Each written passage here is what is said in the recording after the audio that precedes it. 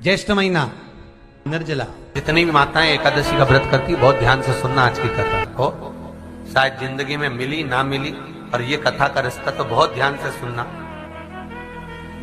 स्कंद पुराण यहां तक कहती है कि इस कथा के चरित्र को जो श्रवण कर लेता है उसको 26 एकादशी करना भी नहीं पड़ती। इस एकादशी की केवल ये कथा सुनकर ही वो तर जाता है।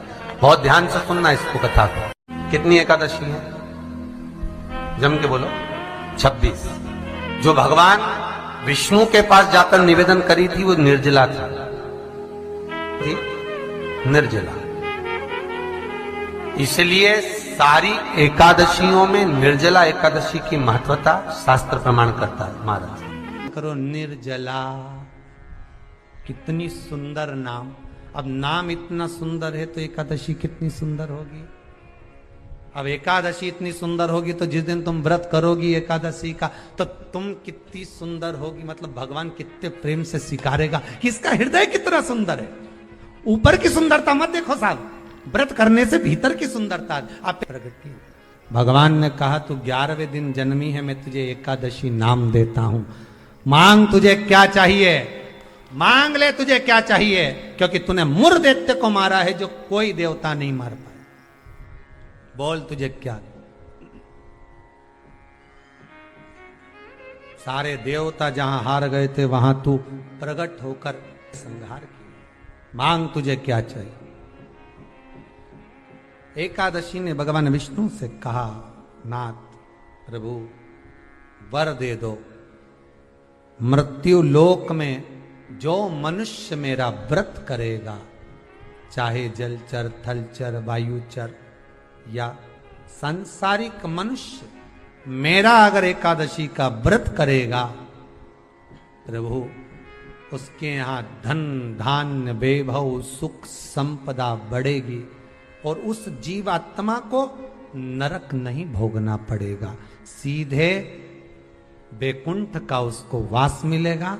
जब जीव आत्मा को लेकर चला जाएगा, यम के दूत जब बंदी बनाकर ले जा रहे होंगे उस जीवात्मा को जिसके प्राण छूटे होंगे, यम के दूत जब बंदी बनाकर ले जा रहे होंगे, तब मुझे वर दो कि मैं इसका हाथ पकड़कर बेतरनी से पार उतार कर सारे नरकों से निकालती हुई आपके धाम में लेकर आऊं।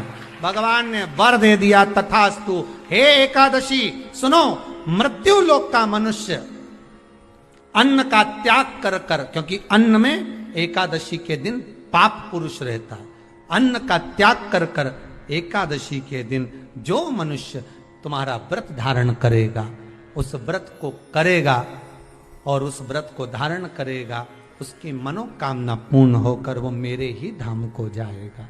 ये तो अब निर्जला के दिन शिव महापुराण की कथा कहती है, स्कंद पुराण कहती है कि आप वर्ष भर की एकादशी का क्रम भले ना करें, पर निर्जला एकादशी के दिन जो तुलसी हम ठाकुर जी को समर्पित करते हैं, वो तुलसी, ध्यान देना, वो तुलसी अगर मान लो आपके पास में रखी है,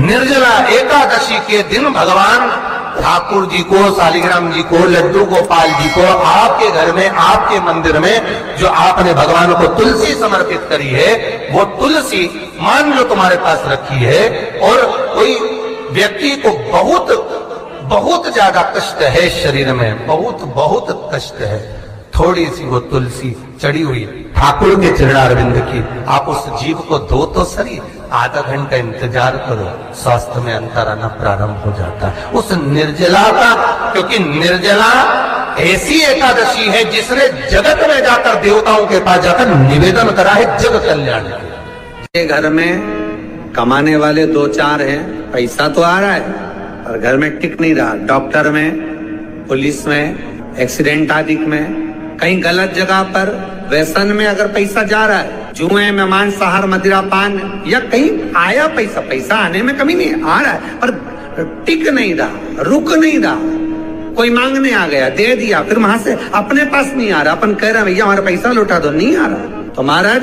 शिव महापुराण की कथा कहती है, एकादशी के दिन गंगा के जल में मात्र 7 बेलपत्री डालकर जो नंदीश्वर भगवान अर्थात जो शंकर जी के शिवलिंग के सामने नंदी होता है, उस नंदी के चरण पर गंगा का जल चढ़ाकर बेलपत्री शिव पर समर्पित कर देता है, उसके घर में रुपया रुकना चालू हो जाता है। फिर वो गलत जगह पर नहीं जाता, गलत स्थान पर वो धन जाएगा ही नहीं। बेटा अगर व्यसन में पड़ा हुआ है, मदिरापान में पड़ा हुआ है, मांसाहार में, जुए आदि में जा रहा है, तुम्हें लग रहा है कि मेरा बेटा गलत मार्ग पर जा रहा है, ये मित्र दोस्ती गलत हो रही है, वो सही जगह पर जाए। कई लोग इसको धन के लिए भी करते हैं, संपदा के लिए। संपदा के लिए अर्थात जिसका व्यापार नहीं चलता, जिसके घर में पैसा नहीं आता, या नौकरी नहीं लग रही, या सर्विस नहीं लग रही, आप अप्लाई कर रहे हो, जगह जगह जाकर इंटरव्यू भी दे रहे हो और पैसा नहीं आता, तो उसके लिए भी प्रयास किया जाता है। पर उसके लिए यहाँ पर जो धन के लिए करते हैं, उसके लिए विष्णुपदी के लिए करते हैं। मतलब जैसे गंगा के जल में तुलसी के 11 पत्ते डाले जाते हैं। कितने पत्ते डालते हैं? 11 तुलसी के पत्ते डालते हैं, और उसको किसी भी नारायण के मंदिर में, राम कृष्ण शिव, शंकर नहीं, राम कृष्ण भगवान विष्णु, दत्त आदि जितने नारायण के मंदिर हैं, उस मंदिर में किसी भी पात्र में, एक छोटे से पात्र में उसको भरकर रखी जाते हैं महाराज। उससे भी जॉब, सर्विस, नौकरी में सफलता प्राप्त हो जाती है। परंतु वो भी एकादशी को ही होता है। कुछ देर तक पात्र को रखा जाता है, फिर वही पात्र का जल किसी भी वृक्ष के नीचे डाल दिया जाता है, उससे भी नौकरी के लिए फायदा मिलता है। नहीं, एकादशी है कौन? क्यों इसकी इतनी प्रधानता है? क्यों इसकी पुण्यता है? ऐसा क्या है एकादशी में जो इसकी पुण्यता मानी जाए? कौन है ये जो भगवान नारायण तक एकादशी का व्रत करते हैं? सुभद्रा जी को भगवान जगन्नाथ ने, जगदीश ने एकादशी का व्रत कराया था। बद्रीनारायण भगवान को माता लक्ष्मी ने एकादशी का व्रत कराया था। क्यों? चंद्रायण एकादशी व्रत की माता। एकादशी है कौन? तो कहा जिसको व्रत करने पर भगवान नारायण भी जिसका व्रत करते हो, भगवान माता लक्ष्मी जिसका व्रत करती हो, वो एकादशी है कौन? तो शास्त्र वर्णन करता है महाराज, स्कंद पुराण का सुंदर चातुर्मास्य खंड के अंतर्गत वर्णन आया है महाराज। एक बार भगवान विष्णु आनंद में विराजमान थे, पद्मावती और माता लक्ष्मी दोनों उनके पास में विराजी हुई थी। भगवान लक्ष्मी और पद्मावती दोनों बेटी, एक सिर के पास, एक चरण के पास। कुछ समय बाद वहीं पर ब्रह्मदेव का आगमन हुआ, और ब्रह्मा जी आगमन पाकर भगवान नारायण पद्मावती से लगकर उठे और उठकर लक्ष्मी की ओर झुके। झुकने पर इन तीनों के समागम से भगवान नारायण के हृदय चित्त से एक कन्या प्रकट हो गई। उस कन्या का नाम एका था। क्या नाम था? एका। अब 10 उसके गुण इतने प्रबल थे, वो 10 गुण उसके बड़े प्रबल थे कि वो एका जिसको निहारती थी उसको संपदावान बना देती थी। जिसको देख लेती थी उसके जीवन में वो आनंद की अनुभूतियां करा देती थी। एका जिस मार्ग से जाती थी उस मार्ग के द्वार खोल देती थी। एका का पुण्य इतना पुण्य प्रखर। पद्मावती और लक्ष्मी ने कहा, महाराज ये बेटी आपके द्वारा निर्मित हुई है, इसका कन्यादान करना चाहिए। हमारे यहाँ हिंदू धर्म में रीति है, जिस दिन कन्यादान करा जाता है उस दिन व्रत रखा जाता है। अब आजकल रखते कि नहीं रखते हो मालूम नहीं, और कन्यादान करते समय व्रत रखा जाता है। व्रत रखा तो निर्जला पहुंची है, और निर्जला ने जाकर भगवान नारायण से निवेदन करा। भगवान विष्णु ने पूछा, क्या बात है निर्जला, आज तुम खेलती हुई यहां पर आकर खड़ी हो गई? क्या हुआ? क्या है? क्या तुमको गौलोक धाम में आनंद की अनुभूति नहीं हो रही जो तुम वैकुंठ में आई? निर्जला घूमती घूमती भगवान के सम्मुख में पहुंच गई। भगवान ने पूछ रहे हैं, बार बार पूछा, निर्जला हुआ क्या तुमको?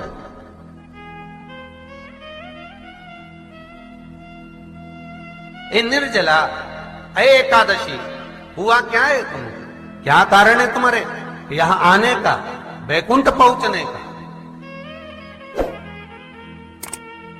बहुत ध्यान देना महाराज।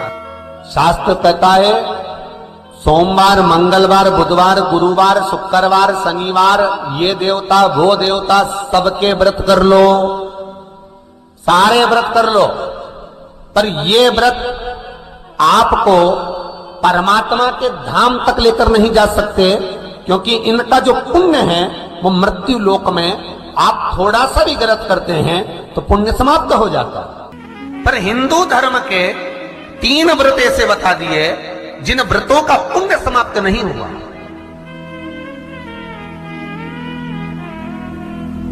हिंदू धर्म के 3 व्रत ऐसे हो गए जिनका पुण्य समाप्त नहीं हुआ महाराज। लो, जिनका पुण्य प्रबलता में बढ़ता गया।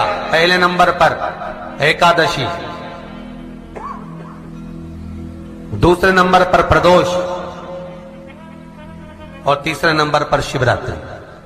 सबसे पहला नियम एकादशी व्रत का सबसे पहला नियम है कि आप जिस दिन व्रत करो उसके एक दिन पहले भक्ति का संचार इस हृदय में कर लो। भक्ति का संचार इस हृदय में कर लीजिए। जिस दिन आप व्रत करो, जैसे एकादशी का व्रत कर रहे हो तो दशमी के दिन शाम का समय जब आवे, रात्रि जब होने लगे, शाम का समय आवे और रात्रि का आप जब भोजन ग्रहण करो तो उस भोजन में कोई ऐसा पदार्थ ग्रहण मत करिए जिस पदार्थ के कारण आपकी एकादशी बिगड़ जाए।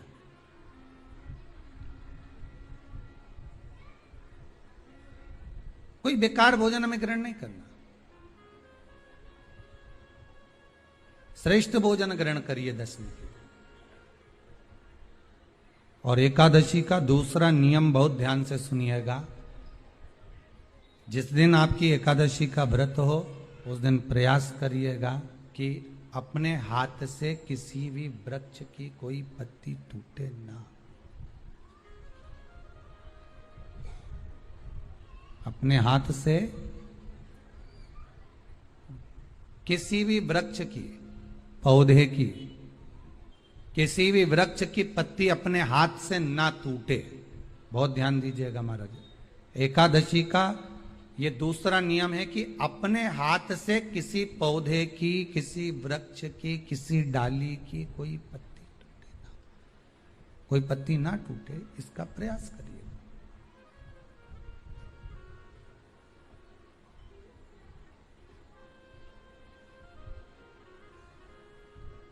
कितना सुंदर व्याख्यान कहा है, कितना सुंदर वर्णन है महाराज कि मात्र एकादशी का व्रत कर लेने पर, मात्र एकादशी का व्रत कर लेने पर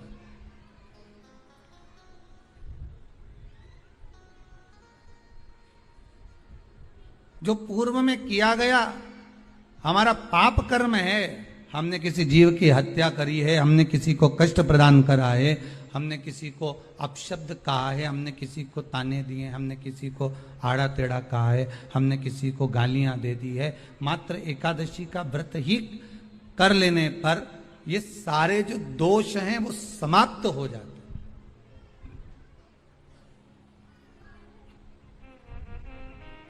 सारे दोष हमारे समाप्ति पर आ जाते हैं।